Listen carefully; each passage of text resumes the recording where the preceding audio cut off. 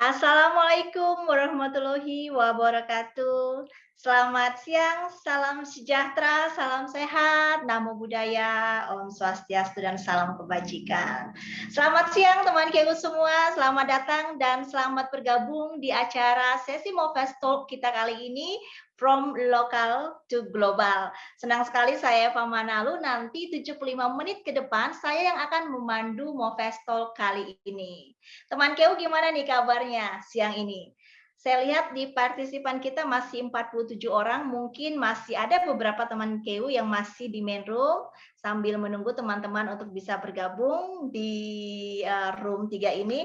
Kita sapa-sapa dulu ya para narasumbernya. Ada Mas Yuka di sini. Mas Yuka, open videonya mungkin Mas Yuka ataukah? Hello. Hai, halo Mas Yuka, ada Mas Yuka Halo. Herlanda, ada Kak Dewi Nikmal di sini. Say hi dulu Kak Dewi. Ya, halo, selamat siang, Mbak Eva. Halo, ya teman KU, kalau kita bicara tentang from local to global, maka kita akan mengupas nih kira-kira bagaimana caranya produk-produk Indonesia itu bisa sampai ke pasar global.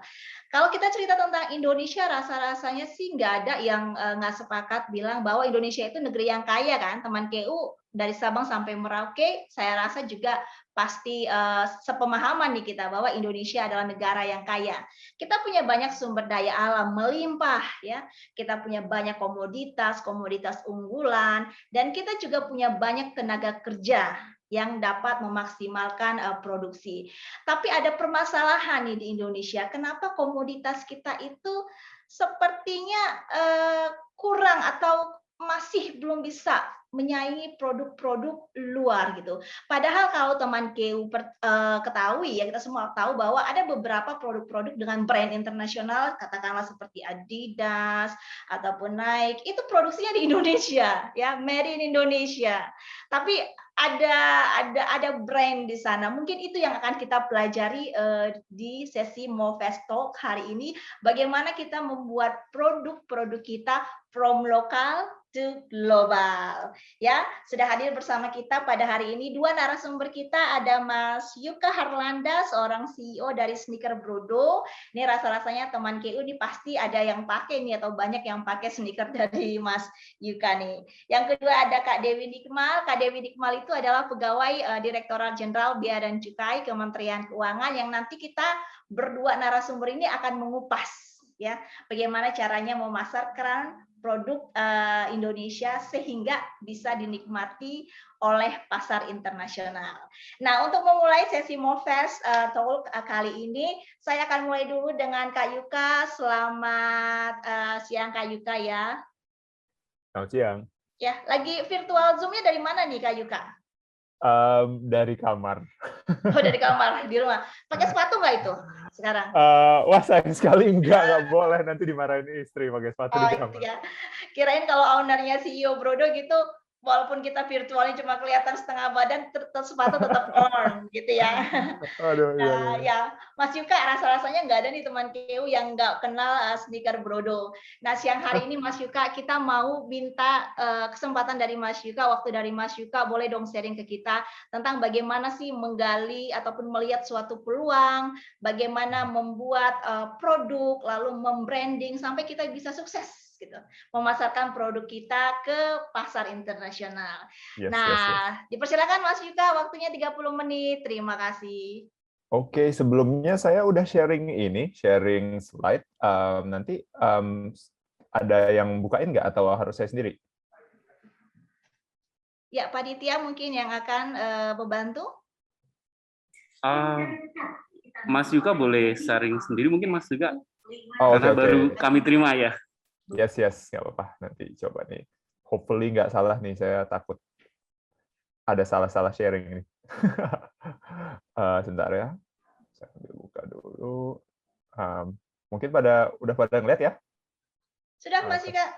Oke. Terima kasih nih atas kesempatannya. Ada 30 menit ya. Hopefully 30 menit. bisa pas, tapi biasanya saya selalu overtime. Jadi nanti tolong dikasih kode aja, karena saya suka tidak fokus ke kiri ke kanan. Seperti sekarang nih, ini nama saya.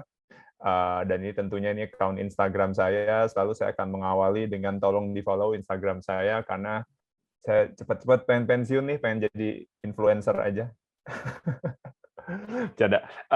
Jadi posisi saya saat ini menjadi leader di Brodo, dan title-nya co-founder karena perusahaan ini saya dirikan bersama partner saya nih, partner kuliah.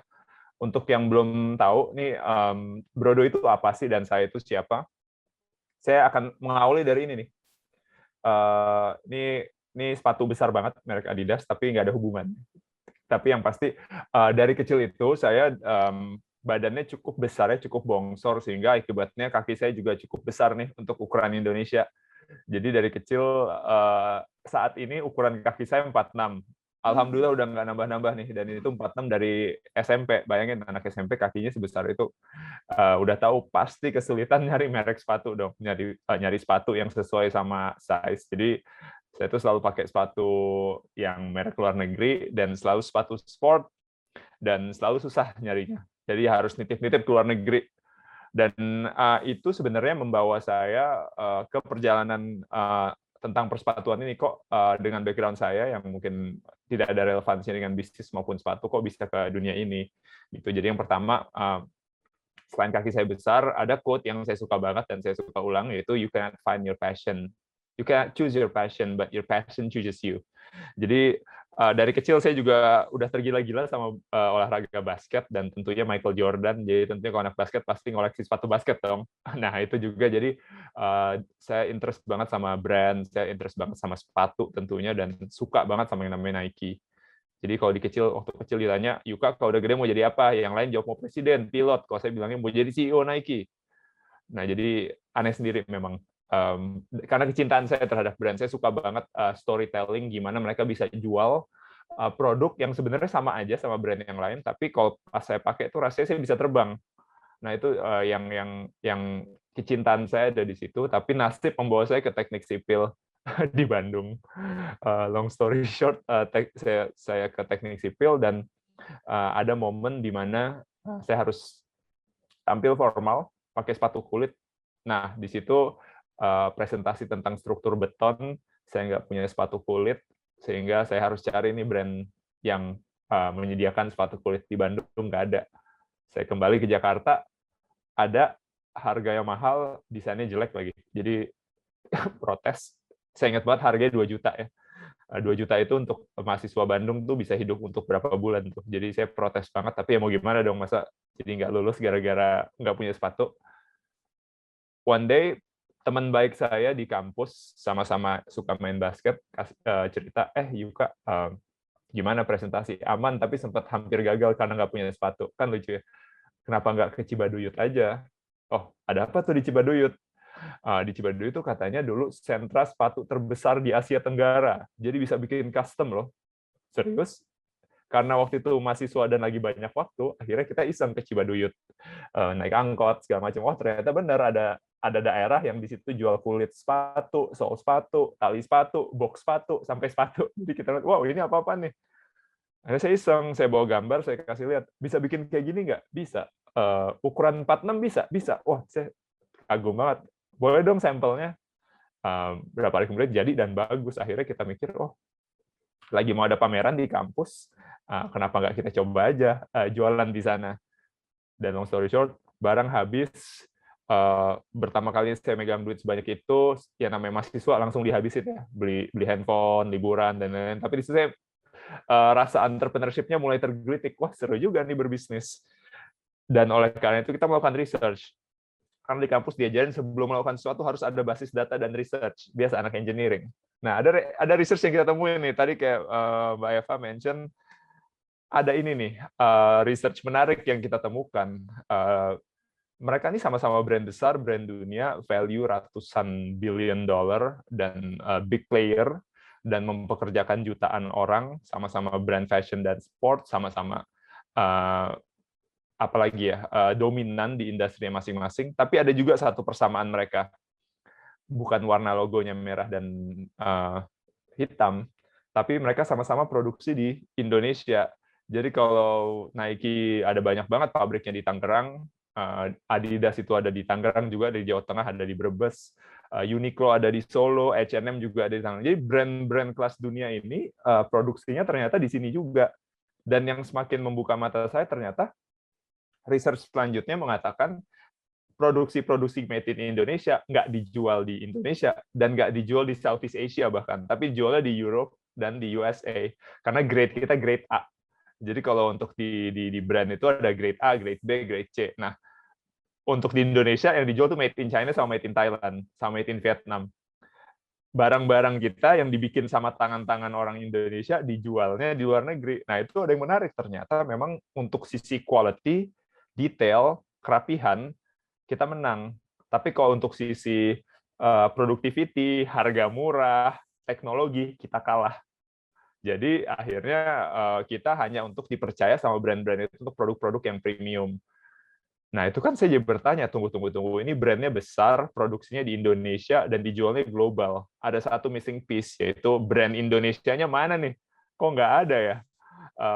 Ini kita punya fasilitas satu. Yang kedua, kita punya market. Waktu saya mulai di 2010, market Indonesia middle class, kita udah tahu tuh ada studi mengatakan ini akan ada bonus demografi, Indonesia golden period-nya nanti di 2045, 2050, bla bla bla segala macam. Semua data mengatakan ke sana. Cuman kok nggak ada brand Indonesianya yang berani nih, at least nyoba nih menantang industri. Ini kita brand dari Indonesia mau ke global. Karena nggak ada yang mencoba, ya udah saya sama partner nggak ada yang nyoba nih, ya udah kita aja. Gitu. Jadi startingnya tuh di situ. Dan namanya mahasiswa ya, kita waktu itu menghitung-hitung seperti ini. Mungkin buat teman-teman yang masih kuliah, yang masih agak galau, atau yang lagi pengen explore entrepreneurship, kita ngeliatnya simple banget. Waktu kita baru lulus, umur masih, saya lupa 22, apa 21, atau 23, ya di 20-an lah.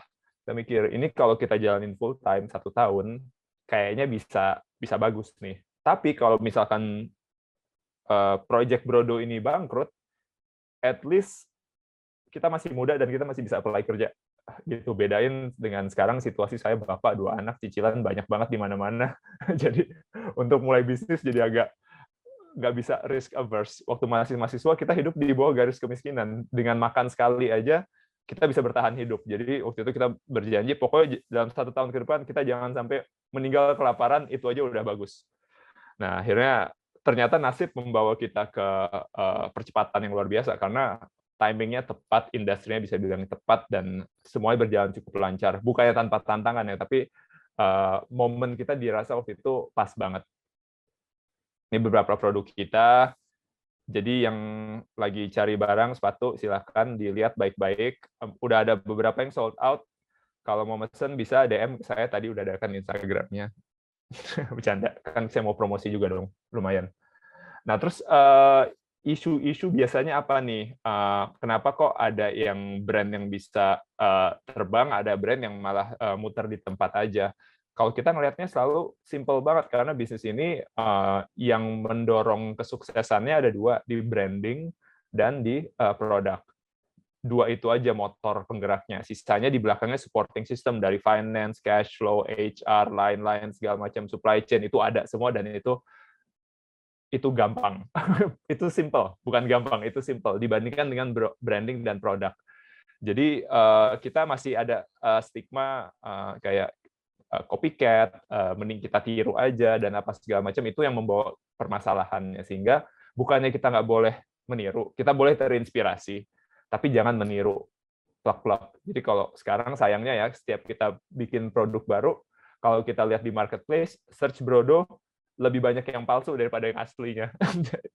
Awalnya kita sebel, tapi kita rasa, wah ini bangga juga sih, produk kita udah ditiru sama orang. Jadi mungkin ini cara pertamanya mungkin ya paling simple, branding, be authentic, yaitu pilih siapa sih customer kita dan kita ngobrol ke dia selayaknya human. Waktu itu kita simple karena target market kita adalah kita sendiri, jadi kita selayaknya ngobrol ke kita-kita aja. Karena kita lihat anak-anak mahasiswa pada itu pengen semuanya nyari sepatu kulit, desainnya keren, brandnya keren, dan harganya terjangkau. Simple banget, ya udah kita ngobrol, kita nge-build brand. Dan ini bisa dibilang sekarang tahun ke-10 ya kita berbisnis, dan narasinya nggak kita ubah. tetap harus konsisten sama ininya kita. Jadi sehingga ada orang bilang, wah Brodo brandnya bagus. Ya iya, kita 10 tahun ngulangin hal yang sama berulang-ulang sampai pusing. Ya masa nggak bagus? Karena konsistensi itu sebenarnya. Gitu. Lama-lama orang akan terbiasa. Nah, setelah punya brand yang bagus, udah pasti perlu punya tim yang bagus. Nah, tim yang bagus ini agak beda nih kalau di creative industry ya, sama dibandingkan dengan industri yang lain, karena ini seru nih. Filosofinya kita namanya, ini istilah kita sendiri ya, filosofi jazz. Beda sama filosofi bermain musik yang lain. Saya nggak terlalu paham musik sebenarnya ya, tapi biar keren aja. Jadi ada konduktor, ada orkestra, ada konduktor kan. Konduktor itu kayak dia yang mimpin. Saat dia berkonduksi, apalah itu pergerakannya, semua ngikutin. Si konduktor apa, semua ngikutin. Harus sesuai dengan tempo dan peraturan yang sudah ditetapkan bareng-bareng. Nggak boleh ada yang salah. Dan itu yang kita lihat kalau diaplikasikan prinsip itu ke industri kreatif, yang ada orang-orangnya resign semua. Karena kalau kita berurusan dengan orang kreatif, mereka itu perlu dikasih kebebasan berekspresi, perlu dikasih platform, perlu dikasih dukungan, tapi tetap harus dalam kaidah dan visi yang sama. Nah, ini cara leadership yang kita develop berdua adalah seperti bermain jazz. Kita punya rules, kita punya goals, kita punya KPI, semua itu ada, boundaries-nya ada, dan kita semua udah janji, ini achievement kita hari ini, minggu ini, bulan ini, quarter ini, tahun ini, itu udah ada semua rules-nya. Tapi pada saat di lapangan, itu kita udah bebasin. Semakin senior, semakin kita bebasin. Untuk budgeting apa segala macam, yang udah semakin senior, udah semakin kita bebasin. Karena orang yang kita rekrut memang orang-orang kreatif. Orang kreatif tuh suka mungkin agak-agak liar dan sedikit gila ya. Karena itu yang kita perlu, energi itu yang kita perlu. Dan pada saat kita kasih rules dan boundaries yang seperti ini, dan mereka bebas berekspresi, terutama tim marketing dan desain, mereka merasa kayak ini bukan kerja, ini kayak bermain nih. Dan itu yang pengen kita bangun di tim Brodo, adalah kita pengen rekrut orang-orang yang passionate, yang ngerasa kerja tuh main. Jadi kerja tuh asik gitu loh. Jadi dengan boundary seperti ini, ada yang mental, dalam arti mereka biasa bergerak di dalam corporate yang mereka harus didikte. Kamu harus gini, kamu harus gitu. Di sini mental, karena mereka tiba-tiba, loh, gue ngerjain apa sih di sini? Ya terserah mau ngerjain apa, kita kan udah janji kemarin. Nah, hasilnya adalah orang-orang kreatif tertarik untuk gabung ke kita, dan itu soul dari perusahaan di brand fashion dan apparel ada di creative person-nya ini, dan kita harus pinter banget untuk nge-lead mereka. Udah punya brand, udah punya tim, selanjutnya customer.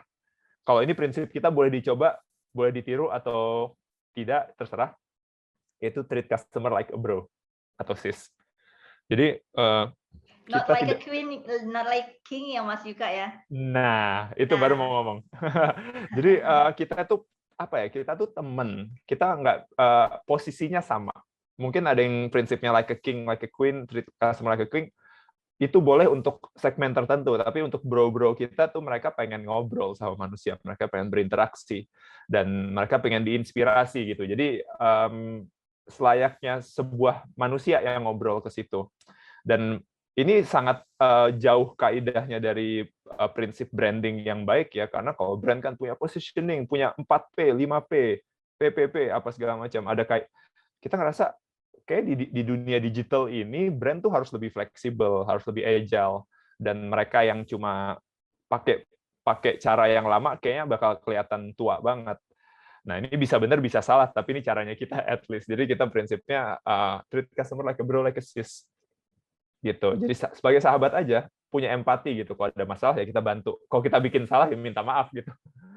Nah, di situ pertanyaannya, wah enak ya kalau Yuka sama Brodo kemarin pas banget timingnya. Waktu di awal-awal, sekarang saingan udah banyak. Saya waktu bikin nyoba ada teman cerita, wah lu enak ya, bla bla bla bla bla bla. Kok gue waktu bikin sendiri kayaknya nggak ada yang peduli, udah terlalu rame nih. Nah ini coba saya screenshot. Ini pertama kali kita bikin account Facebook nih, 30 April. Dan di situ lihat dong, ayo dicek model barunya. Yang nggak ada yang peduli. Beneran yang like, comment, share tuh nggak ada sama sekali. Yang like saya sendiri bahkan.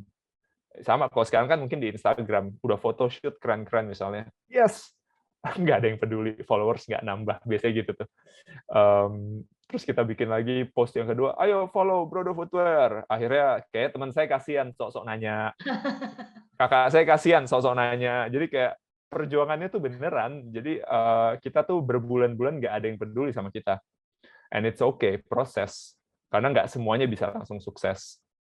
Nah, ini ada 6 BlackBerry, karena waktu saya mulai emang waktu itu masih zaman BlackBerry ya, jadi ketahuan umurnya berapa.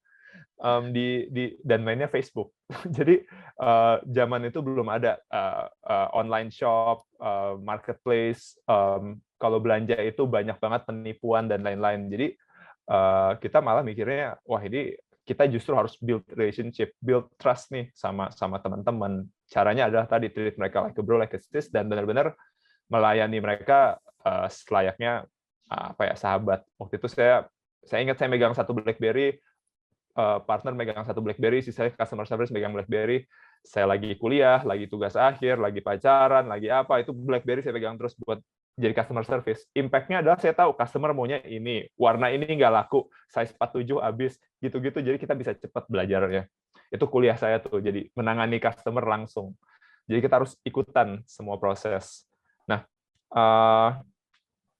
transisi ini ke yang ke agak-agak terakhir, mau cerita sedikit ya, yang mungkin semoga bisa menjadi sedikit inspirasi dan kenapa kita bisa sampai di titik ini, plus mungkin tambahan nanti tentang how can we actually go global next-nya. Ini saya suka ceritain ini, butuh 2 menit untuk ceritanya, soalnya perlu di build up. Jadi pas lagi hari Jumat nih, jadi di hari Jumat 2013 kalau nggak salah, masih pakai BlackBerry, dan di situ kita ingat ada customer yang mau order sepatu warna biru.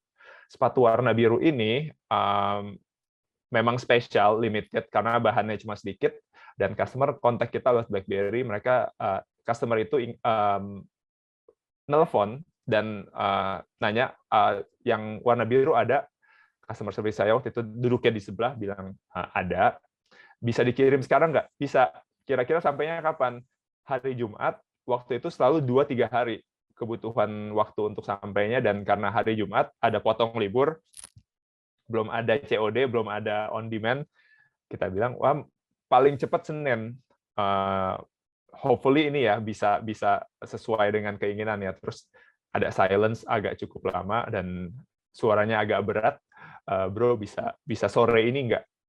Nah loh, kenapa nih? Kok suaranya berat? Terus kita pun satu perusahaan pun ikutan ngedengar di loudspeaker. Gini bro, jadi saya tuh mau pre-weddingnya di Sentul, dan udah janjian fotografer, dan saya udah dibilang sama calon istri saya, ini sepatu Brodo yang biru dibeli ya, jangan lupa ya, nanti kita pre-weddingnya pakai jas biru, sepatunya biru juga. Terus kita ketawa, ini orang pre-weddingnya mau jadi Smurf nih kayaknya nih. Jadi kita sebut aja customer Smurf, makanya ada foto Smurf di sini. Nah di situ, waduh nih gimana? Mau ada pre-wedding, tapi dari Bandung ke Sentul tuh nggak mungkin. Dan akhirnya customer service kita berinisiatif, kan kita harus treat customer like a bro. Kalau ini abang kita sendiri gimana nih? Masa pernikahannya gagal gara-gara nggak ada sepatu? Akhirnya kita decide, oke, gimana caranya supaya sepatu ini sampai. Ternyata dari Bandung ke Sentul itu udah ada tol Cipularang, jadi butuh sekitar waktu 4 jaman lah. 4-3 jam saya lupa. Dan akhirnya kita inisiasi, oke gimana kalau kita titip lewat travel, dan di travel itu nanti ada orang yang sudah siap, dia akan bawa motor dan dia akan sampai ke sana sebelum jam 3. Terus kita bilang, bisa bro. Wah, gimana caranya? Nanti kita langsung antar on the spot. Wah, saya perlu bayar dulu? Nggak perlu, nanti aja bayar ya, kita pengen pre-weddingnya sukses. Dan travel itu, kalau nggak salah, sekitar 75.000. Orang yang kita minta untuk nganter itu, naik motor plus bensin, minta dibayarnya 200.000. Total keluar 275.000 untuk pengiriman. Harga sepatunya 399.000. Udah pasti kita rugi di transaksi itu. Itu nggak bisa nutup cost kita bikin sepatunya. Nggak ada untungnya itu transaksi. Cuman karena kita merasa, seru, nggak apa-apa, kita kerjain. Long story short, sampai foto pre-weddingnya kita dikirim, pernikahannya pun juga kita dapat undangan. Jadi kayak, wah seru, tepuk tangan, nggak apa-apa, rugi, yang penting happy. Tapi nggak boleh sering-sering.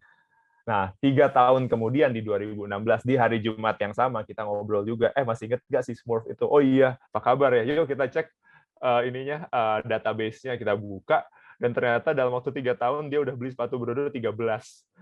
Wow. Jadi dalam span waktu 3 tahun 13 itu kita hitung dalam 3 tahun itu kita bikin sekitar 18 desain. Jadi hampir semuanya dia beli.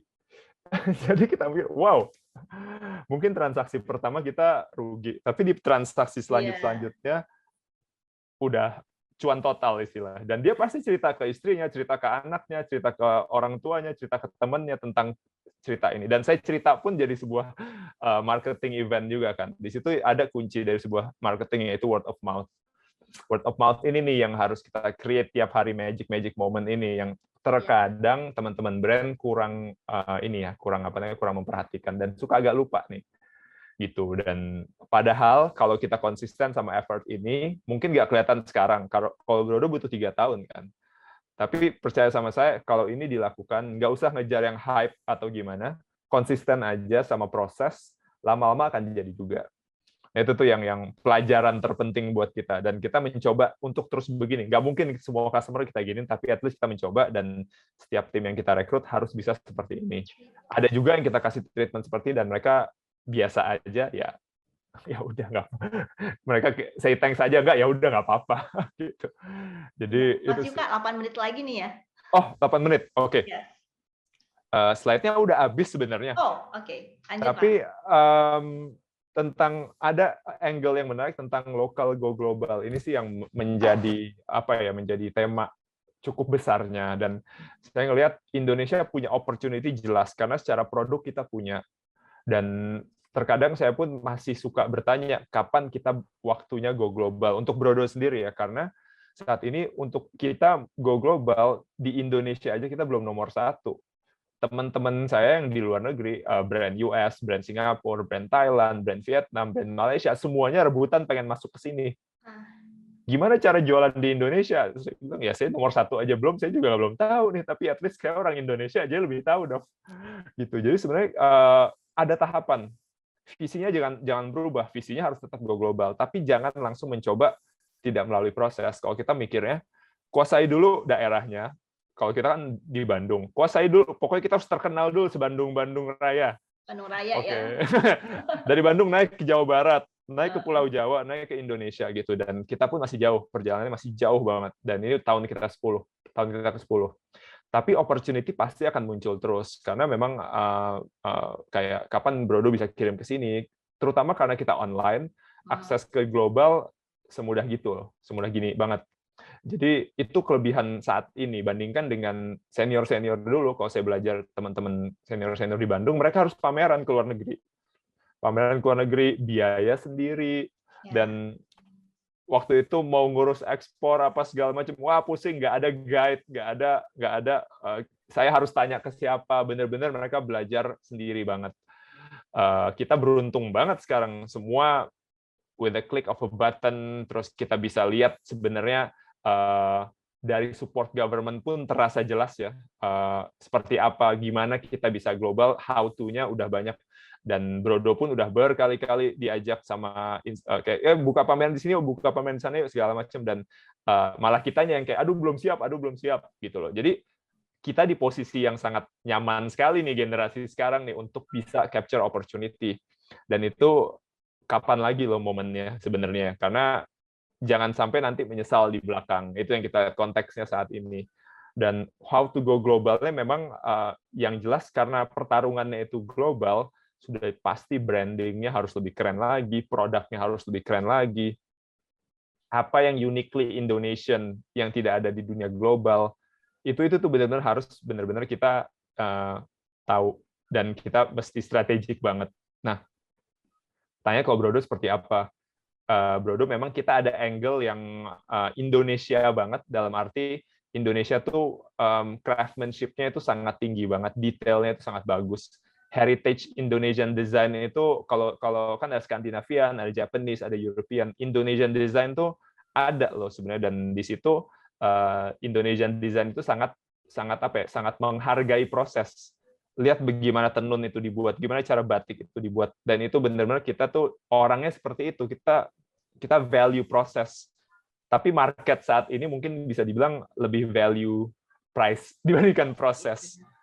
Tapi jangan salah, ada market yang bisa dibilang secara stage ekonominya lebih advance dan menghargai proses-proses itu. Jadi itu yang kita bawa dari desain kita, dari material kita yang kita pakai, dari proses yang kita pakai, itu benar-benar semuanya story yang Indonesia banget. Dan itu ada partner distributor yang tertarik kalau Brodo sekarang, partner distributor yang tertarik, dan marketnya pun market paling susah di dunia untuk sepatu, yaitu Jepang. Jadi kita rasa kalau di Jepang Brodo bisa lolos, itu di negara lain harusnya nggak terlalu susah, karena strict banget Jepang. Dari labor-nya aja benar-benar mereka perlu tahu ini labor-nya ini gimana kondisinya, apakah mereka ada child labor atau segala macam, itu benar-benar harus ada sertifikasinya. Jadi partner kita pun harus benar, dan mereka udah mengurangi reliability terhadap barang-barang non sustainable. Jadi kayak lem pun harus yang harus water based bukan chemical based. Kulit pun juga harus yang termasuk dalam institusi leather working group. Jadi syaratnya tuh banyak banget. Banyak ya. Ya, dan benar. kita tertantang tuh, wah pengen banget nih kalau kita lolos yang ini, pasti yang lain juga lolos gitu, dan prosesnya akan lama. At least kita kickstart sekarang, karena kalau nggak di kickstart sekarang kita bisa miss momentum. Jadi setelah tahun ke-10 baru akhirnya kita decide untuk kita mulai global, dan itu pun pelan-pelan banget gitu. Jadi cari lagi angle-angle produk yang akan di-develop, story yang akan di-develop, pasti akan ada marketnya, karena market di luar negeri itu ya sangat apresiasi sama yang hal seperti itu gitu. Mungkin sedikit hint opportunity, udah pasti angle-angle sustainability, circularity, proses, handmade, handcraft, itu akan kembali ke sana, karena since pandemi ini orang jadi appreciate things gitu. Jadi mungkin itu ya dari saya. Terakhir nih, YOLO, you only live once. Jadi have fun aja, dan ada naik ada turun, dan itu pun terjadi di kita yang posisinya apakah Brodo sekarang naik terus? Enggak dong, pasti ada turunnya. Itu minggu lalu aja sempat kita ada isu, itu nggak akan habis. Jadi kalau kita nggak enjoy, akan sayang banget gitu. So mungkin saya tutup dengan itu ya. Jadi YOLO aja, you only live once, dan hopefully pemaparan siang ini bisa menarik, dan Thank you, Mas Yuka. sama-sama. You only live once ya, so grab your opportunity. Nah, gitu ya Mas Yuka ya. Mas Yuka, aku terkesan nih sama ceritanya. Jadi Brodo tuh sebenarnya nyelamatin kisah cinta orang loh, customer ya. Benar. Bayangin kalau seandainya Brodo nggak akan kirim itu, bisa jadi dia nggak jadi merek nih Mas Yuka, dan dia nggak akan beli 13 produk Brodo. Betul sekali. Dan masih ada mimpi dong, nanti di customer ini suatu saat mungkin aja sih bisa jadi investor Mas Yuka.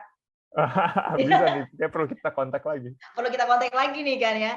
Mana tahu boleh nih calon potensial investor. Thank you Mas Yuka. Ini ceritanya inspiratif sekali loh ya. Ternyata 3 kunci sukses Mas Yuka ini, yang pertama adalah brandingnya, be authentic. Yang kedua itu adalah pengelolaan tim ya Mas. Karena industri kreatif ini kan nggak sama ya pengelolaannya dengan industri-industri lain. Dan yang ketiga itu ini yang berbeda nih dengan kalau orang-orang bilang treat your customers like a king or a queen, but not for Mas Yuka. Jadi treatnya like a bro sis. Gitu.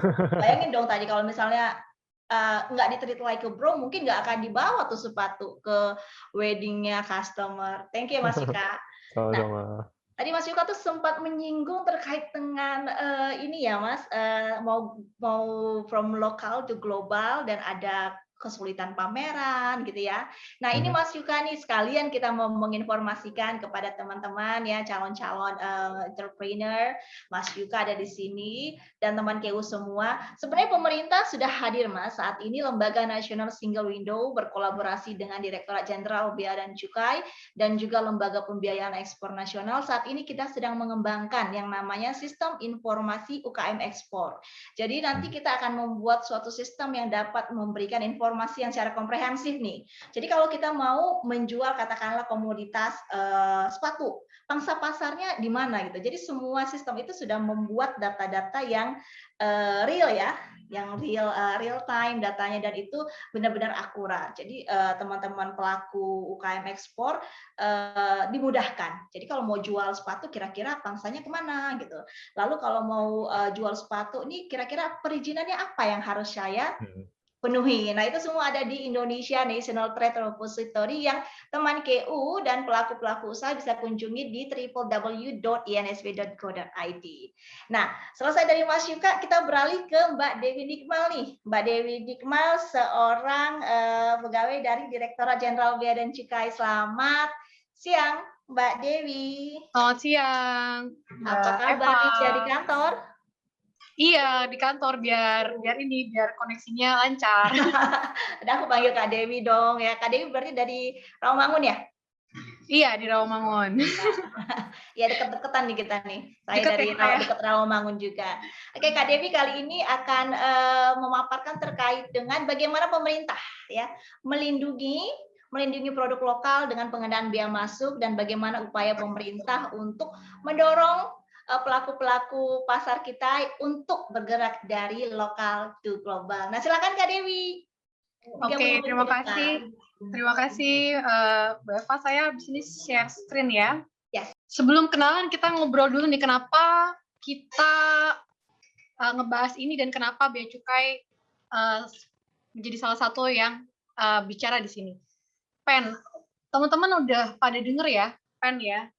PEN itu pemulihan ekonomi nasional. Seperti kita tahu, sekarang ini pandemi unprecedented, sesuatu yang sangat tidak terduga sebelumnya tiba-tiba menyerang, dan akhirnya harus mengubah segala hal. Literally segala hal. Dan akhirnya tidak hanya kesehatan saja, tapi juga ekonomi kita carut-marut. Pemerintah akhirnya harus melakukan sesuatu. Nah, Customs, Bea Cukai, ada salah satu project-nya, salah satu program unggulannya itu ekspor. Nah, apa itu? Oke, sebelumnya aku mau nyapa dulu. Hai semuanya. Maybe say hi. Ada yang unmute? Hai Kak Dewi. Hai. Hai. Oke, jadi kenalin, aku Dewi Nikmal Maula. Ya, ini kalau pakai seragam, sekarang lagi nggak pakai seragam.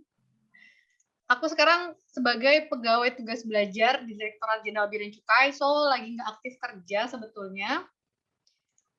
Lagi ditugaskan untuk belajar di London School of Economic and Political Science, ngambil Master of Public Administration, aku LPDP Award di 2019. Nah, sebelum ditugaskan sebagai pegawai tugas belajar, aku aktif di Bravo Bea Cukai 1500225, single point of contact dari Direktorat Jenderal Bea dan Cukai sebagai Quality Assurance Representative. Oke, itu tadi brief pengenalan. Oke, let's go back to PEN, pemulihan ekonomi nasional. Kenapa DJBC ngobrol nih di sini, diundang nih sebagai pembicara? Karena kita punya program unggulan yang relate sama tema kita hari ini, yaitu from local to global, yaitu peningkatan ekspor. So, sebelum kita ngomongin ekspor, terlebih dahulu aku mau kenalin apa itu customs. Mungkin dari semua yang ada di sini pernah dengar, tapi mungkin belum tahu dengan detail konteksnya apa, atau tergantung dari cerita, berita, atau perspektif yang didengar. Nah, sekarang langsung nih dari Bea Cukainya, apa nih customs? Customs itu bahasa Indonesia kepabeanan, itu adalah sebuah instansi, jawatan, kantor yang mengawasi, memungut, dan mengurus apa? Mengawasi apa? Memungut apa? Bea masuk untuk impor dan juga bea keluar untuk ekspor, baik melalui darat, laut, maupun udara. Jadi sebetulnya kepabeanan itu instansi. Nah, di Indonesia yang dipercaya untuk melakukan administrasi ini adalah Direktorat Jenderal Bea dan Cukai. Nah, tugas dan fungsi DJBC itu sebenarnya apa sih? Yang pertama, kita fungsinya adalah industrial assistance, melindungi industri dalam negeri dari persaingan yang tidak sehat dengan industri sejenis dari luar negeri. Seringkali kita ada persaingan pasar dan lain sebagainya. Nah, dengan adanya Bea Cukai policy dan lain sebagainya, prosedurnya itu fungsi utamanya adalah melindungi industri dalam negeri dari persaingan tersebut. Kemudian yang kedua, fungsi kita adalah sebagai trade facilitator, memberi fasilitas perdagangan, diantaranya melaksanakan tugas titipan dari instansi lain. Apa nih yang dimaksud dengan tugas titipan? Nanti akan ada di slide-slide selanjutnya. Yang ketiga adalah selain kita meng-assist dan juga memberikan fasilitas, kita juga memprotek komunitas kita, bangsa Indonesia, dari masuknya barang-barang berbahaya, kayak gitu. Karena kalau lalu lintas barang nggak diawasi, nggak diadministrasikan, kita nggak akan pernah tahu apa yang masuk gitu. Walaupun sudah diadministrasikan pun aja banyak yang istilahnya bocor, apalagi enggak kayak gitu. Yang keempat, karena kita di bawah Kementerian Keuangan, salah satu tugas dan fungsi bea cukai adalah memungut bea masuk, bea keluar, serta cukai secara maksimal. Nah, kalau teman-teman lihat di sini sebenarnya ada dua fungsi yang bisa dibilang bertolak belakang, bisa dibilang juga bersinergi satu sama lain, yaitu meng-assist tapi juga mengawasi, memberikan fasilitas nih, monggo ekspor, monggo impor, tapi diawasi. Nah, bagaimana caranya kita melakukan itu? Kita menggunakan mekanisme manajemen risiko. Nah, sekarang langsung ke ekspor to the point aja ya, karena kita mau ngomongin lokal to global. Apa sih yang sebetulnya disebut dengan ekspor? Ekspor adalah kegiatan mengeluarkan barang dari daerah pabean. Daerah ini berdasarkan pasal 1 ayat 14 Undang-Undang Pabean. Daerah pabean itu apa? Daerah pabean itu ini, seluruh dari Sabang sampai Merauke, wilayah Indonesia. Nah, ini kalau kita bayangkan, berarti keluar barang dari daerah pabean kayak gimana ya? Apakah ada petugas bea cukai di seluruh perbatasan? Yang itu sangat nggak mungkin karena kita archipelago ya, kepulauan, sangat nggak mungkin. Maka secara yuridis, sejak barang itu dimuat di sarana pengangkut, itu disebut atau diperlakukan sebagai barang ekspor. Itu administrasinya supaya kita mudah mengawasi mana yang disebut barang sudah diekspor dan mana yang masih belum diekspor. Karena kalau udah definisi barang ekspor, maka berlaku kewajiban kepabeanan kayak gitu. Kurang lebih ini insight terkait kepabeanan dan cukai, bea cukai dan juga ekspor. Kita langsung nih, dari pengalamanku sebagai petugas aktif di bea cukai, ketika ada yang tanya sama bea cukai terkait ekspor, kebanyakan mereka ada dua kondisi yang membuat mereka reluctant, yang membuat mereka ragu untuk memulai mengekspor sesuatu, walaupun mereka ngerasa mereka capable untuk melakukan itu. Atau barang tersebut marketable gitu di luar negeri. Yang pertama adalah kesulitan mencari market di luar negeri. Ini gue punya barang unik banget dan gue percaya bakalan bagus banget, atau gue lihat di marketplace ini tuh banyak yang jual kayak gitu. Tapi gimana ya caranya memasarkannya kayak gitu. Kadang-kadang mereka bingung, dan ketika mereka mereka punya kendala itu, mereka kadang back off. Akhirnya udah deh, ntar dulu deh. Sambil ntar dulu kadang-kadang akhirnya jadi tidak melakukan kayak gitu. Itu tantangan pertama. Yang kedua, karena tidak tahu prosedur ekspor dan juga dokumen yang dibutuhkan apa. Kadang-kadang mereka ribet-ribet ngurusin A, B, C, D, E, F, G. Ya, for your information, pasti semua hal butuh dokumen, butuh administrasi. Ini adalah tentang pendataan juga sebetulnya ya. Nah, yang akan kita coba cari tahu apakah memang benar ini masih menantang seperti itu.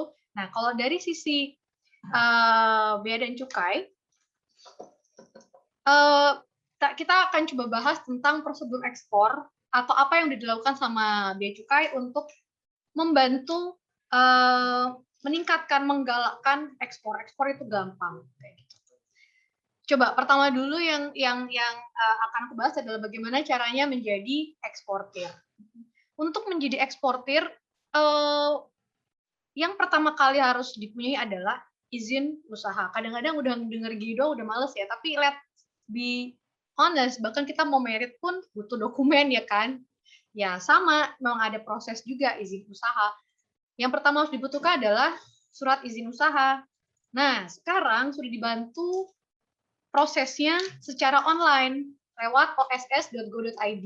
Jadi, teman-teman kalau misalnya udah ada kepikiran ada barang yang kayaknya possible banget deh kalau untuk diekspor, udah nggak usah kemana-mana lagi gitu. Semua bisa diupload, bisa dipantau progresnya secara online. Jadi sambil ngelakuin yang lain, sambil yang lain itu bisa sambil dibikin kayak gitu. SIUP juga ada di Dinas Perindustrian dan Perdagangan sesuai dengan domisili tempat usaha. Yang kedua, nomor induk berusaha. Nah, NIB ini juga dibikinnya di oss.go.id. Silakan akses. Dan di situ kalau mau jadi eksportir, silakan centang hak akses kepabeanan untuk jadi eksportir. Kalau mau jadi importir juga silakan centang, penuhi semua dokumen yang diminta untuk diupload, semuanya ada di situ. Yang ketiga, adalah NPWP. Nah, itu silakan dibuat di kantor pajak sesuai wilayah. Dengan punya 3 dokumen ini saja, sudah bisa ekspor seperti itu, teman-teman. Nah, kalau misalnya ada kesulitan, bingung, silakan langsung kontak Bea Cukai atau kontak OSS-nya. Kita sekarang semua sudah menyediakan kontak center asistensi, jadi bisa sangat-sangat mungkin minta bantuan untuk mengisi satu persatu. Nah, nanti dengan nomor induk berusaha aja, itu teman-teman udah bisa langsung ekspor. Nah, kemudian apa syarat kedua kalau mau jadi eksportir? Teman-teman harus tahu kode jenis barang yang akan diekspor atau HS code. HS code itu apa sih? HS code itu adalah Harmonized System Code, suatu daftar penggolongan barang yang dibuat secara sistematis dengan tujuan mempermudah penarifan, menentukan tarif ya berapa, transaksi perdagangannya apa, pengangkutan bla bla bla yang telah diperbaiki dari sistem klasifikasi sebelumnya. Nah, ini agak-agak PR sih kadang-kadang. Tapi kalau teman-teman tahu HS code-nya, nanti bisa langsung ngecek ke sini https://intr.insw.go.id. Teman-teman nanti akan langsung keluar semua dokumennya. Kalau memang ada dokumen pelengkap apa yang dibutuhin, itu ada semua di situ. Tarifnya berapa, apakah ada fasilitas lain, itu ada semua di situ. Nah, contoh HS code ini seperti ini, ada 10 digit, yang 8 digit pertama ini itu nomor yang sama satu ASEAN. Untuk nomor nasional Indonesia itu 10 digit, kayak gitu. Nah, let's be honest, this is really hard karena ruwet, bingung banyak, dan kadang-kadang apakah benar nih barang ini masuk ke HS code ini kayak gitu-gitu. Teman-teman pertama silakan langsung cek dulu ke website ini INSW. Kalau memang butuh asistensi, just don't hesitate to call to baik Bea Cukai, di Bravo Bea Cukai, atau di INSW juga.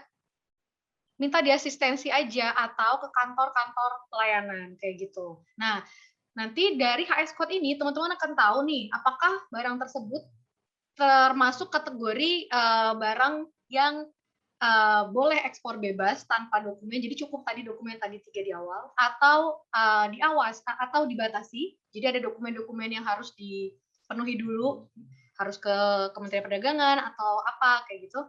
Atau yang dilarang kayak gitu. Itu semua ada di sini. Silakan dicoba-coba. Kalau misalnya langsung nggak tahu nomor HS code-nya, teman-teman juga bisa parameternya diganti BTBNI dalam bahasa Indonesia kayak gitu. Kemudian yang ketiga untuk menjadi eksportir adalah harus punya dokumen ekspor. Dokumen ekspor itu apa aja sih? Nah, yang pertama invoice dan packing list. Itu yang menyiapkan adalah teman-teman selaku calon eksportir yang akan menjual barang. Invoice ya. Packing list itu dokumen yang berisi detail barang sesuai dengan invoice kayak gitu. Kemudian yang kedua, pemberitahuan ekspor barang. Ini dokumen yang bisa teman-teman dapatkan dari kantor Bea Cukai terdekat. Silakan langsung datang, atau kalau misalnya masih ragu mau kemana, langsung telepon dulu ke Bea Cukai di 15225 atau live chat kami atau email kami.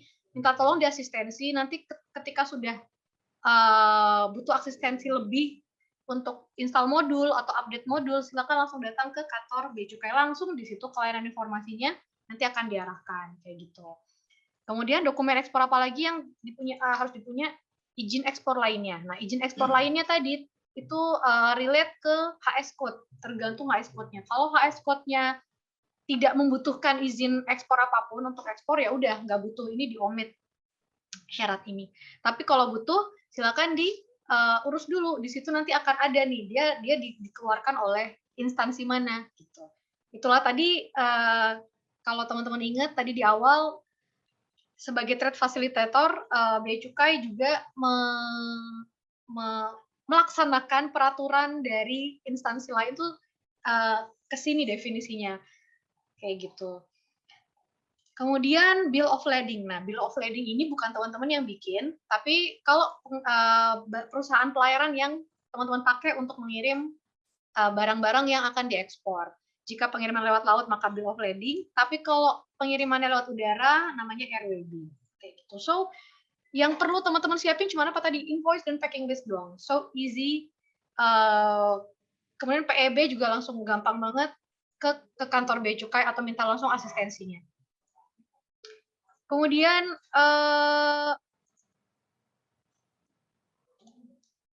nah, program apa yang dikasih sama Bea Cukai untuk meningkatkan ekspor? Yang pertama ada insentif non fiskal atau prosedural. Yang kedua ada insentif fiskal nih teman-teman. Yang fiskal artinya kaitannya dengan pemotongan atau pengurangan atau peniadaan bea masuk, bea keluar. Dalam hal ini karena ekspor berarti bea keluar ya, PPN, PPNBM seperti itu namanya insentif fiskal. Jadi untuk mendukung peningkatan ekspor, Bea Cukai berkontribusi dengan mengeluarkan 2 program ini. Apa aja sih gitu? Yang pertama, untuk insentif non fiskal atau prosedural itu pertama ada kemudahan pengisian modul PEB. Jadi tadi ada dokumen ekspor yang perlu teman-teman punya kalau mau ekspor, namanya PEB. Itu yang tadi saya bilang harus diasistensi dari kantor Bea Cukai terdekat. Nah, untuk pengisian modulnya, kalau memang masih awal-awal biasanya bingung karena detail, banyak data yang harus di-input, nama importir, nama eksportir, HS code, tarif, bla bla bla. Awal-awal pasti bingung, silakan kontak Bravo Bea Cukai. Kami akan mengasistensi. Silakan sampaikan nomor berapa yang belum diisi, sampaikan. Nanti kita akan asistensi diisinya apa sesuai dengan kondisi dari eksportir tersebut. Kayak gitu. Kemudian yang kedua kita punya klinik ekspor, teman-teman. Nah, klinik ekspor ini tujuannya adalah untuk menjadi rumah atau inkubator bagi sektor UMKM atau IKM, industri kecil menengah, dan usaha ekonomi kreatif dan produktif, menjadi sumber kegiatan literasi juga untuk edukasi secara inklusif tentang segala hal yang berkaitan dengan ekspor. Jadi Bea Cukai ini merilis program yang mana semua kantor pelayanan itu harus punya klinik ekspor di kantor masing-masing. Jadi teman-teman ini kalau misalnya butuh korespondensi terus-menerus sampai betul-betul bisa sampai pertama kali atau 2 kali ekspor, silakan langsung datang ke kantor pelayanan Bea Cukai dan minta diasistensi melalui klinik ekspor ini, teman-teman. Teman-teman nggak perlu ngerasa sendirian gitu. Apa aja sih yang kita lakukan di klinik ekspor? Yang pertama kita ada virtual workshop karena kita di sini juga mau edukasi ya, asistensi. Jadi banyak banget nih teman-teman kayak dari daerah nih, misalnya saya ambil contoh Bea Cukai Magelang, itu tuh mereka berhasil membantu ekspor sabut kelapa yang dijadikan pot. Jadi mereka itu, kita tahu sendiri ya kalau Magelang itu ada Borobudur ya, ada Candi Borobudur, ada tempat turis berkunjung ya, bahkan itu termasuk one of 7 wonders. Nah, ternyata banyak turis yang tertarik dengan handicraft dari Magelang. Nah, mereka tapi nggak tahu bagaimana caranya ekspor. Mereka butuh edukasi, mereka langsung datang ke kantor Bea Cukai, kayak gitu. Ini pas saya ada gini, kayak gimana ya? Mereka dibantu sampai bisa ekspor perdana. Nah, karena mereka belum punya dokumen tadi yang saya sebutkan tadi, yang NIB, SIUP dan juga NPWP yang detail atau CV dan lain sebagainya, mereka diarahkan untuk ekspor melalui PJT. PJT itu perusahaan jasa titipan, teman-teman. Perusahaan jasa titipan itu misalnya kayak pos internasional ya. Itu teman-teman tidak perlu punya dokumen itu dulu. Teman-teman hanya perlu menggunakan jasa dari PJT tersebut. Nah, nanti yang butuh mensubmit data NIB dan lain-lain adalah PJT-nya itu. At least satu PR solve dulu ya, sambil teman-teman melihat pangsa pasar di sana kayak apa, permintaannya kayak apa. Pertama bisa lah lewat PJT dulu kayak gitu. Nah, itu tadi contoh yang di Magelang. Mereka sampai sempat ekspor perdana melalui PJT dibantu oleh klinik ekspor di Bea Cukai Magelang. Nah, ini ada lagi kegiatan klinik ekspor yang dilakukan oleh Bea Cukai Gresik, teman-teman. Mereka lebih besar lagi. Mereka targetnya sudah bukan hanya membantu ekspor, tapi lebih ke people empowerment. People empowerment satu desa, yaitu dengan membuat desa devisa. Nah, ini Bea Cukai tidak bekerja sendiri, teman-teman. Mereka berkolaborasi dengan Lembaga Penjamin Ekspor Indonesia untuk melihat potensi desa mana yang bisa diedukasi, diinkubasi, sampai akhirnya mereka punya industri gitu. Industri rumah yang bisa tidak hanya meningkatkan devisa negara, tapi juga perekonomian masyarakat rumah tangga kayak gitu. Nanti di slide selanjutnya ada detailnya untuk tampilan desa devisa ini. Kemudian apalagi sih yang dilakukan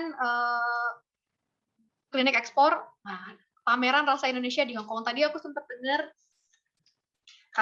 Mas Yuka bilang pameran ya. Itu kadang-kadang kita kalau mau tahu pasar di luar negeri kayak apa, kita kadang sebagai eksportir harus modal sendiri ya kan keluar. Ya, itu sesuatu yang memang harus tetap kita working on. Tapi ini ada nih mulai ada bekerja sama dengan Atas Keuangan Indonesia di Hong Kong. Kita dari yang lokal-lokal ini yang kira-kira berpotensi punya pasar di Hong Kong itu dibawa ke sana untuk dipamerkan. Jadi itu salah satu cara untuk diferensiasi pasar gitu ya. Mereka dan juga tes pasar, mereka suka nggak sih sama produk ini kayak gitu. Mudah-mudahan nanti ke depannya pameran-pameran seperti ini banyak dan juga merambah ke berbagai produk dan juga komoditas kayak gitu. Nah, kemudian klinik ekspor lainnya yang dilakukan sama Bea Cukai adalah CVC, teman-teman. Itu Customs Visit Customers. Kunjungan kepada pengguna jasa untuk monitoring keberlangsungan program asistensi. Ini misalnya waktu itu Bea Cukai Soekarno-Hatta berkunjung ke Banten. Jadi di sana itu ada kelapa yang sudah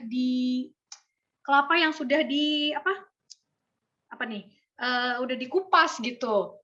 Kelapa kopior kan kalau di pasaran itu ternyata banyak dari Thailand loh, teman-teman. Padahal Indonesia itu juga ada potensi daerah-daerah yang bisa menyediakan kelapa itu gitu untuk dipasarkan gitu. Nah, mereka bilang nih, kita udah punya nih pasar di lokal gitu, udah nggak banyak Thailand, gimana caranya untuk ekspor. Nah, tidak hanya mereka yang datang ke Bea Cukai, setelah mereka kasih informasi seperti itu, biasanya dari Bea Cukai juga akan aktif untuk berkunjung dan memfollow up bagaimana apa yang bisa dibantu dan lain sebagainya kayak gitu. Ini adalah klinik ekspor. Jadi teman-teman, dengan adanya sedikit informasi bahwa kita di setiap kantor pelayanan punya ini, saya harap teman-teman yang punya slightly wild ideas tentang suatu produk yang kayaknya ini bisa nih kayaknya gue ekspor nih, tapi gue mesti kemana? Datang aja ke kantor-kantor terdekat atau tanyalah di beberapa Bea Cukai kantor terdekat dari domisili saya di mana ya, nanti kan kita asistensi. Tanya apa kendalanya, apa yang bisa dibantu, kayak gitu. Nanti bisa di situ korespondensi terus-menerus seperti itu. Jadi jangan langsung stuck dulu di depan. Gitu. Oke, next. Nah, tadi saya mau udah janji cerita tentang devisa yang diinkubasi dan cukup sukses di Gresik, teman-teman. Namanya Desa Wedani Gresik, lokasinya ya. Lagi 11 menit lagi waktunya ya. Oke, lokasinya di sekitar sini, dekat Gresik situ. Nah, jumlah tenaga kerjanya sekarang sudah ada 2.400 penenun dari desa itu semua nih, teman-teman. Nah, mereka didampingi sampai bisa ekspor langsung. Tantangannya tadinya belum ada komunitas di sana, jadi untuk berbagi informasinya masih, kadang kalau ada komunitas kan gampang ya, one to many kayak gitu dari anggota komunitasnya. Kemudian tadi jadi diversifikasi pasar ekspor, dan juga peningkatan kapasitas produksi ini gimana caranya nih, apakah membuat mesin dan lain sebagainya. Nah, pendampingan apa aja nih yang dilakukan oleh Bea Cukai? Ada penguatan kelembagaan, memberikan support bahwa just make it first, nanti kan kita bantu untuk ekspor. Kemudian perluasan akses pasar, kita juga bantu akses, karena nggak cuma Bea Cukai doang yang ada di situ, tapi juga ada instansi lain dan juga ada pelatihan teknis kayak gitu.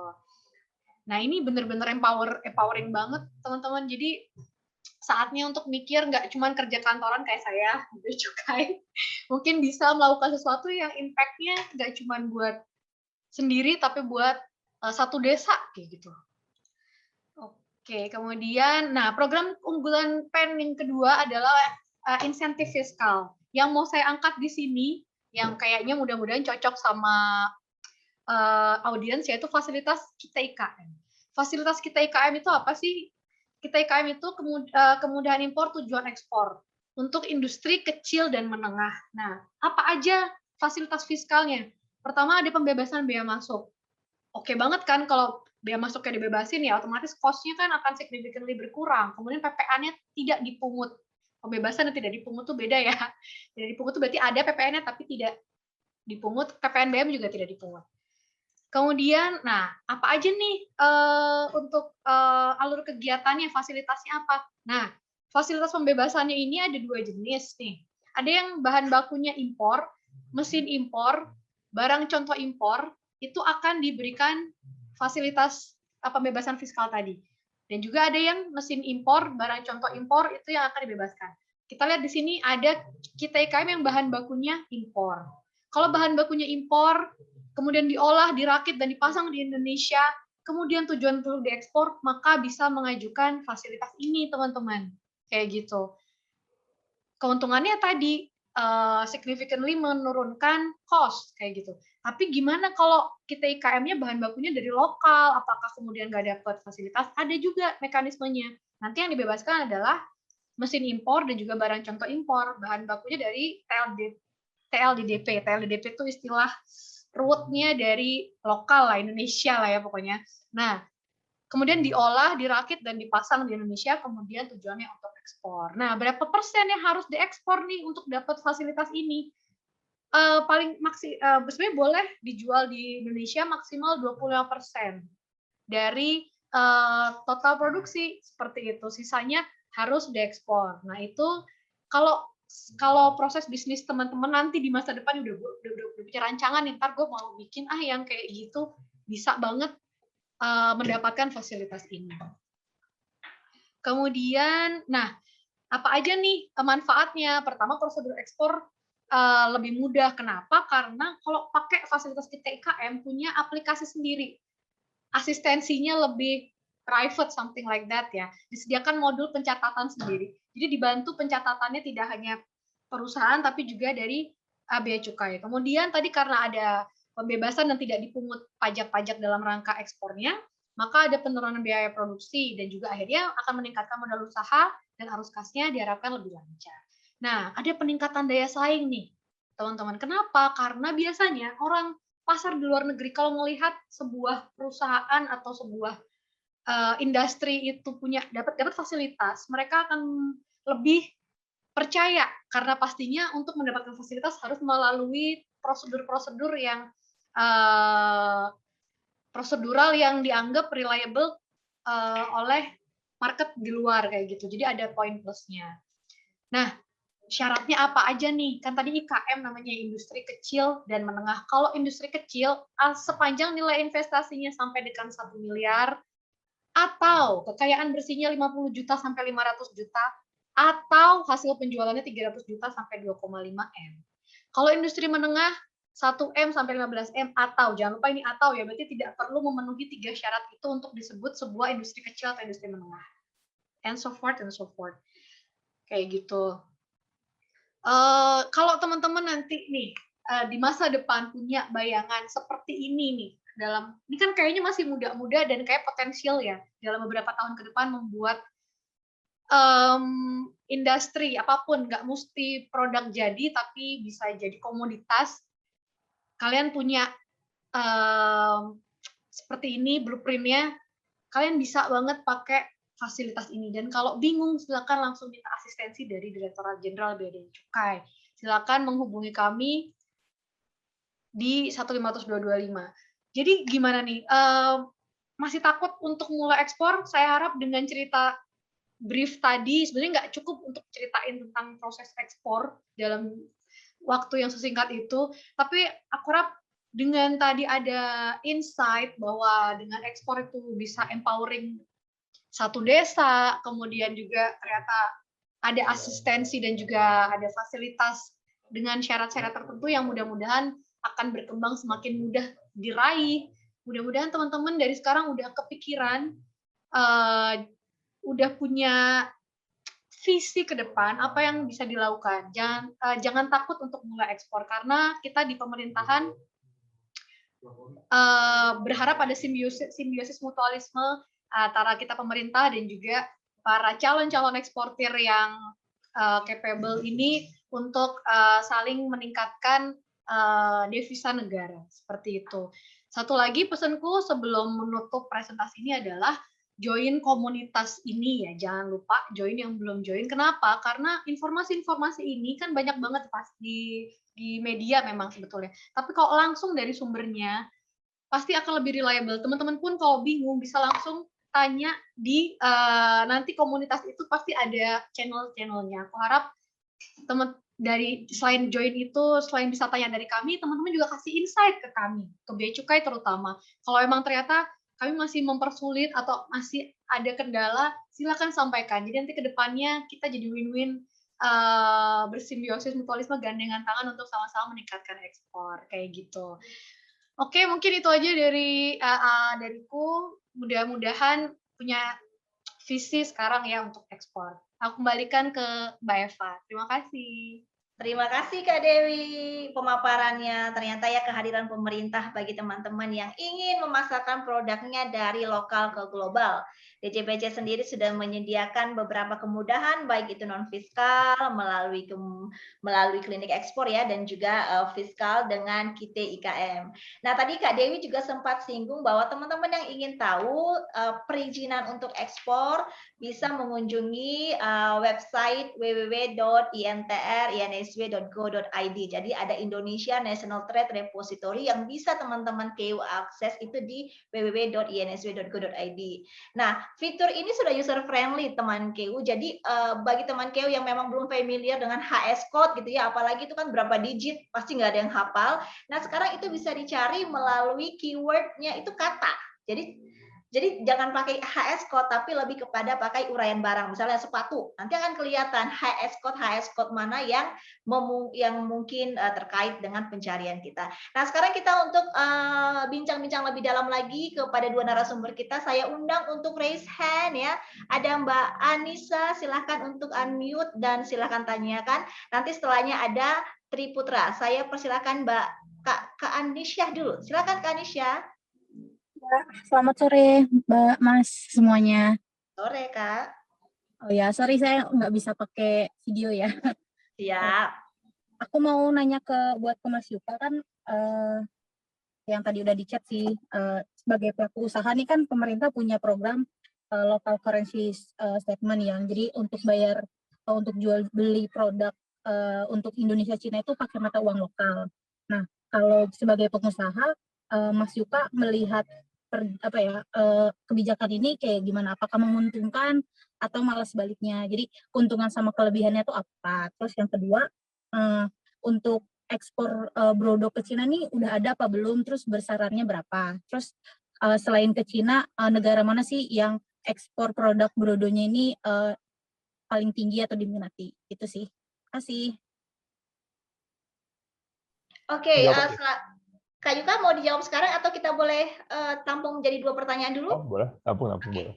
Tampung dulu ya. Ada Triputra, silakan di-unmute Triputra. Izin bertanya untuk Kak Yuka. Sekarang ini kan sudah banyak sekali brand-brand lokal yang sudah besar di Indonesia. Dan juga sudah banyak yang udah go internasional tuh. Nah, pastinya hal tersebut bisa jadi suatu pride kan atau kebanggaan bagi konsumen atau masyarakat Indonesia. Pertanyaan saya, apakah masih ada peluang untuk sekarang ini dalam menciptakan sebuah brand? Nah, kalau ada, menurut Kak Yuka sendiri, bagaimana sih cara menciptakan sebuah brand itu agar bisa catchy dan bisa mendapat atensi dari calon konsumen? Terima kasih, Kak. Nah, sudah ada 2 pertanyaan, Kak Yuka, monggo Kak untuk direspon. Oke. Yang pertama nih, aduh mohon maaf banget sebesar-besarnya saya belum terlalu memperhatikan tuh LCS atau local currency statement. Jadi kita belum aware dan belum study, jadi belum tahu nih apakah benefit atau mungkin kontra dan lain-lainnya. Cuman yang harus di-highlight memang untuk beberapa raw material nih yang kita gunakan memang itu masih harus import. Karena uniquely nggak ada di dunia lain selain di China. Mereka yang punya teknologinya. Kalau nggak salah tuh salah satunya tuh ada untuk memproses kulit, kayak chemical, sama satu lagi memang untuk sole, untuk kualitas tertentu, misalkan untuk sepatu sports di dunia ini nggak ada selain China yang punya kualitas paling bagus. Gitu. Jadi apakah nanti ada kaitannya sama harga atau apa segala macam, pasti akan ada impact-nya nantinya. Tentunya sih, cuman karena kita memang strict ya banget ya untuk production kita harus lokal. Walaupun godaannya itu luar biasa, mungkin penghematan yang kita bisa lakukan jikalau kita dengan volume sekarang produksi di Cina atau Vietnam sebenarnya jauh lebih murah. Bisa dibilang kualitasnya mungkin bisa lebih bagus, tapi ya karena ini ada visi dan prinsip ya kita tidak memilih untuk seperti itu karena kita lebih percaya kalau local serving lokal akan lebih benefit in the long term. Jadi mungkin saat itu seperti itu ya. Apakah impact-nya nanti ke raw material? Saat ini memang belum ada info dari partner-partner supplier kita. Mungkin pasti akan ada info dan di situ kita baru bisa menilai nih apakah nantinya impact-nya ke Brodo akan seperti apa.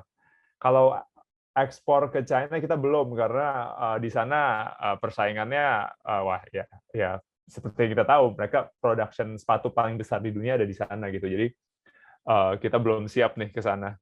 Jadi saat ini cuma satu fokus market kita di Jepang yang memang dari pricing point dan untuk masuk ke sana susah banget. Jadi kita milih fokusin energi kita di satu itu dulu, yang lainnya masih agak sombong, masih kita tolak dulu. Kalau yang selanjutnya tentang brand lokal, pertanyaan kan apakah masih ada kesempatan, apalagi fashion apparel ya. Research kita kemarin untuk size fashion apparel di Indonesia aja itu sekitar 15 billion. 15 billion itu mungkin bisa 200 triliun untuk di Indonesia aja. Dan yang yang menariknya adalah yang pemilik market share terbesar di fashion apparel dan footwear itu hanya memegang market share kurang dari 3-4%. Jadi nggak ada pemain dominan di sini. Semuanya tuh punya opportunity yang sama. Jadi kita ngelihatnya kalau di fashion dan apparel dan brand dan footwear open for everyone. Semua bisa berpartisipasi dan growth-nya pun juga terlihat masih tinggi. Gitu. Jadi semua bisa mulai, semua nggak ada seperti mungkin kategori yang lain kalau udah 1, 2, 3 pemain menguasai, pemain lain udah nggak bisa masuk. Kayak misalkan search selain Google, Yahoo, habis itu udah nggak ada lagi. Kalau produk atau brand itu kita malah kekurangan ya kayaknya. Tapi memang karena gampang untuk memulai, gampang juga untuk stop. Jadi persaingannya tinggi dan pastinya perlu tadi ya. Kalau saya percaya dari brand, produk, people, dan customer treatment yang akan membawa ke arah yang lebih cerah lagi. Kurang lebih gitu. Thank you Kak Yuka. Jadi sebenarnya nggak ada kata terlambat ya Kak Yuka, kapanpun bisa. Kapanpun bisa. Iya, jadi Setuju. nggak ada juga tuh yang namanya entry barrier ya, karena pemerintah juga concern kok ke situ. Kita punya lembaga tersendiri untuk memastikan bahwa persaingan usaha itu sehat, gitu ya. Tadi ada yang menarik tuh Kak, mungkin bukan terlepas dari local currency ya, tapi lebih terkait dengan raw material yang masih diimpor. Untuk beberapa itu masih impor. Nah, ini aku mau confirm ataupun mau sambungkan ke Kak Dewi nih dari DJBC. Nah, itu raw material itu untuk impor tapi tujuan ekspor itu kan tadi mendapatkan fasilitas kita tadi ya Kak Dewi ya? Iya, jadi kalau misalnya punya mekanisme bisnis proses yang seperti itu, raw materialnya impor, kemudian diproses Ya. Indonesia dan sudah jadi produk baru bisa diekspor. Nah, itu akan dapat fasilitas. Iya. Ya, artinya itu kan membantu hadirnya pemerintah untuk membantu pengusaha-pengusaha lokal kita. Meskipun mungkin kita masih kesulitan untuk mendapatkan raw material tertentu, kita boleh saja impor dengan dibantu oleh pemerintah, tapi pastikan itu untuk tujuan ekspor. Ya. Boleh 25%-nya dijual di Indonesia. Ya, gitu ya teman KU ya. Lalu ada lagi nih yang sudah raise hand, ada Anis Hoirunisa. Silakan Kak Anis, boleh di unmute mic-nya. Assalamualaikum warahmatullahi wabarakatuh. Waalaikumsalam warahmatullahi wabarakatuh. Izin bertanya kepada Kak Yuda. Saya ingin bertanya bagaimana strategi yang Brodo siapkan agar bisa bertahan dalam persaingan global, apalagi di tengah pandemi saat ini. Apakah omsetnya tetap naik atau bagaimana? Oke, thank you Kak Anis. Ini pertanyaannya mungkin bisa diekspor ya Kak Yuka. Mungkin boleh cerita dong gimana pengalaman seorang pengusaha di Indonesia di masa pandemi, bertahannya seperti apa gitu Kak Yuka? Tambah lagi pengusaha sepatu yang semua orang nggak boleh keluar kan waktu itu. Jadi itu ya inilah tragis bisa dibilang ya, kejadian yang tidak pernah bisa dipredik oleh senior mentor sekalipun yang punya pengalaman bisnis 70 tahun, 60 tahun, kalau kita minta tipsnya mereka juga kita nggak pernah kejadian seperti ini, jadi nggak ada yang tahu. Tapi yang akhirnya kita percaya di fundamental aja. Kalau gitu ya kita harus survive ya. Awal-awal cutting cost ya, udah pasti cutting cost, tahan production, tahan expansion, kita bahkan waktu itu tahan-tahan apalagi ya, banyak yang ditahan pokoknya karena kita udah tahu expect akan drop penjualan, dan memang benar drop banget penjualan, apalagi offline. Untungnya kita masih eksis di dunia online, nah di situ opportunity yang kita ambil. Store kita ubah jadi gudang mini. Jadi yang tadinya mereka harus nggak masuk, kita buat mereka sebagai gudang untuk fulfill order. Gitu. Jadi toko-toko kita pun jadi ngirim produk, dan akhirnya kita amati waktu yang di-spend di digital tuh naik drastis, dari social media apapun, semua di digital, semua jadi ke sana. Karena orang nggak keluar rumah, dan kita invest di situ. Kita invest untuk capture opportunity. At least kita masih top of mind deh untuk customer base kita. Dan ya 2020 drop total penjualan kita, drop banget. Tapi pas masuk ke 2021, kita udah bisa mapping keadaan, kita tahu mesti invest di mana yang mesti dikurangin. Ya toko pun kita nggak perpanjang kontraknya. Tim harus kita ubah, yang tadinya ngurus store sekarang ngurus marketing, muter-muter. Yang paling penting adalah invest di online. Terus ya yang kedua sih sebenarnya kalau kata Jack mah bertahan hidup aja. Dengan bertahan hidup, literally opportunity selanjutnya akan kelihatan, karena rebound-nya juga akan kencang. Kalau kita lihat di US sama di Euro yang udah mulai ekonominya udah sedikit terbuka, itu untuk fashion apparel footwear itu rebound-nya cepat banget, dan kayaknya kita akan mengarah ke sana nih. Jadi kita berdoa sama-sama nih, hopefully akhir tahun akan prospek banget cuannya, penjualannya. Jadi itu sih yang kita lakukan. Ya, thank you Mas Dika. Jadi memang menjadi pengusaha itu orang-orang kalau ngelihat kita udah sukses, kesannya semuanya gampang gitu ya.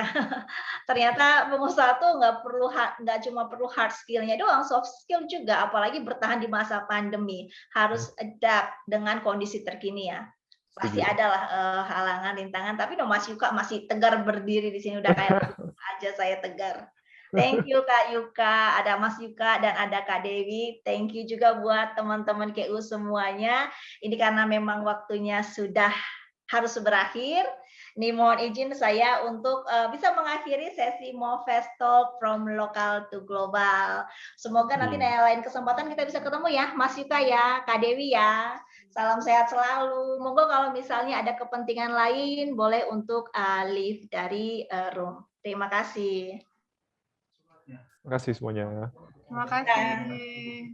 Ya. Baik teman KU semua, sebelum menutup acara Movest Talk sesi ini, saya kembali ingin mengingatkan untuk teman KU dan mengajak teman-teman yang belum melakukan registrasi komunitas untuk segera dapat bergabung dengan mendaftarkan diri pada tautan bit.ly/komunita-kemenkeu. Jangan lupa juga untuk menyebarkan informasi ini kepada teman-teman yang lain dan ajak mereka ya, bisa gebetan, bisa teman ya, bisa sahabat, itu untuk ajak bergabung menjadi bagian dari komunitas. Akhir kata, saya Eva Manalu yang telah menemani teman KU 75 menit dari tadi ya. Saya mohon maaf apabila terdapat hal-hal yang kurang berkenan dan sampai jumpa di sesi Movest Talk selanjutnya. Salam sehat dan selamat bergabung kembali ke ruang utama Road to Movest 2021.